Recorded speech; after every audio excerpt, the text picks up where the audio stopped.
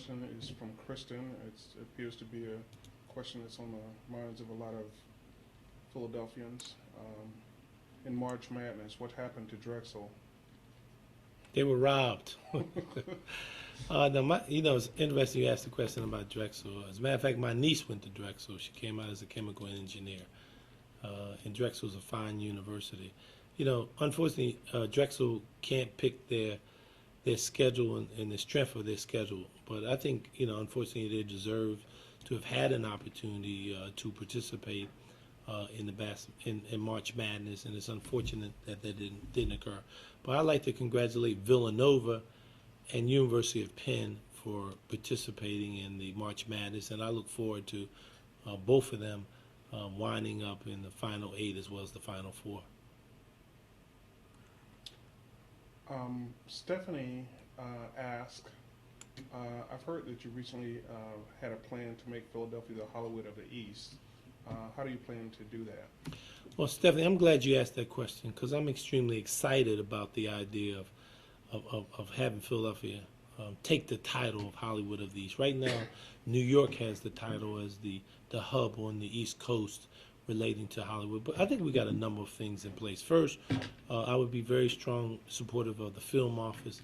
Secondly, I would put a marketing plan together in terms of promoting Philadelphia in that respect. We have a lot of opportunities here in the city of Philadelphia. We have a fine school. For example, where Boys to Men came from the Kappa School. Pieces of the Dream came out of Philadelphia. And also what I like to do is promote the aspect of an entertainment district. Call it the Kenny Gamble Entertainment District. We have Kenny Gamble and Leon Huff of Philadelphia international fame. And we have a lot of local camera producers and individuals producing this individual. And I think that Philadelphia is in the position poised to take a charge. But I think a lot would come from the mayor's office in terms of promoting it. But it will also offer an opportunity for huge jobs that would be available to our constituents. So one of my number one priorities is to make Philadelphia the Hollywood of the East. Look, when I look in Chicago with Jennifer Hudson, who was on American Idol, and she didn't win, but I look what it did for Chicago with her and the supporting actor Oscar that she won. But I think it is important to recall that Philadelphia is in the position to become the Hollywood of the East. And I think that if we organize some of those organizations that I talked to you about, we already have the climate, the environment, the city, the suburbs, and we need to just bring that together. I'm going to be promoting that. So get ready for Philadelphia to be the Hollywood of the East. Our next question is from Nancy. She wants to know what your position is on waterfront development. Well, Nancy, thank you for asking that question. I think that the waterfront development offers us further huge opportunities. I mean, when you look at Baltimore and then you look at Chicago, both places that have played a very important part in their development. I think that we need to do a better job on planning in terms of our waterfront development. I think, again, it offers us huge opportunities to expand on our economy here in the city of Philadelphia. We do have a great waterfront, but I think that it's been lacking some sense of planning. And I think I'll work on the planning as well as try to figure out what public and private money we can make an investment to promote the development around our waterfront. This next question is from Joanne. Dwight, I'm guessing you came up in the age of the 60s. What were you doing in the 60s, and how did that influence your position of today? Joanne, thank you for that question. You're correct. I did grow up in the 60s, and I think there's a couple of things that affected me. For example, Dr. Martin Luther King, about activism, the willingness to push the envelope to make a difference. Reverend Leon Sullivan, right here locally, in terms of building Progress Plaza, our market, retail stores. I mean, Dr. Martin Luther King and Reverend Leon Sullivan are probably two people who affected me a great deal. In terms of how I approach politics and politics today, both of them were men of extremely credibility and integrity. They were visionary. They were willing not to take no for an answer.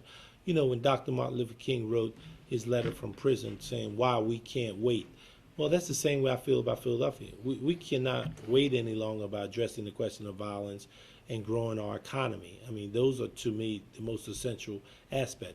Reverend Leon Sullivan wrote a book called Bill, Brother Bill, and he talked about the need to build economic wealth and growth in our city, as he did with Progress Plaza.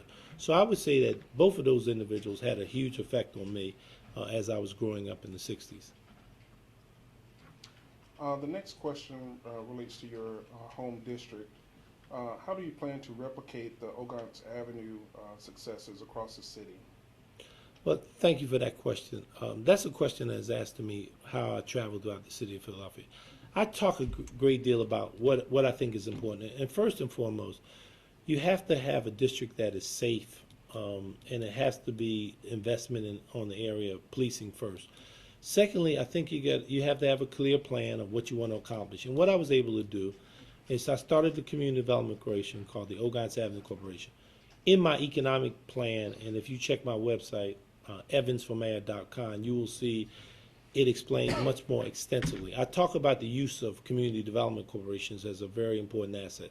The other part of it is I talk about having CDCs be on boards and advisory boards. The other part of it is that I'm prepared to provide the leadership that is necessary. I think it's important to get the political leadership together of your area and kind of build on the base of what the asset is of that community. But it all starts from safety. If a community is not safe, you're not going to get the investments. No customers, no workers. It is very important to understand that you must find customers who in return will want to come in the community. And that's why I think I was able to do what I did by doing the work around Ogon's Grill, cornbread and coffee, another place that is up there location. I mean, those are two essential hubs. But I don't want to forget about a business that's been there for a long time called Paul Beal's Floors. Paul Beal's Floors was a business that for the last 35 years, as a matter of fact, is a family-owned business, must have about 10 employees, and it's something that has really helped the neighborhood. But so the first thing I would say to you, it starts with public safety. It starts with the right kinds of investments that you got to make in the neighborhood, but it also starts with the aspect of bringing people together and having the right kind of leadership. Dwight, you were at Drexel University yesterday, and you spoke to the young people there. Can you just talk a minute about your message to young professionals? What are you saying to them? Well, I talked a lot about entrepreneurship. I talked about the needs of building businesses and creating wealth. And I said to them that I thought that if we wanted to address violence, poverty, and growing the middle class, that it was necessary to grow businesses. And I pointed to a couple examples. I talked about the Dr. Walter Lomax Retail Center that I formed a partnership with Della Clark at the Ron Brown Enterprise Center. And I thought that was important. And I also talked about a boot camp initiative, basically for young people between 14 to 16 in starting up businesses. So what I basically said to the African American professionals I met with yesterday is I said that a great deal of my administration would be focused on entrepreneurship, even through our school system. I think our school system does not promote entrepreneurship as much as it should or could. Because if we are to move Philadelphia forward, we have to grow some new businesses. We have to grow, we have to be on top of the small businesses, and particularly minority business development and women development. But I said about minority business development is it's rather embarrassing what has happened with the current city administration about not enough growth of businesses. So we got to look at the public sector and the private sector.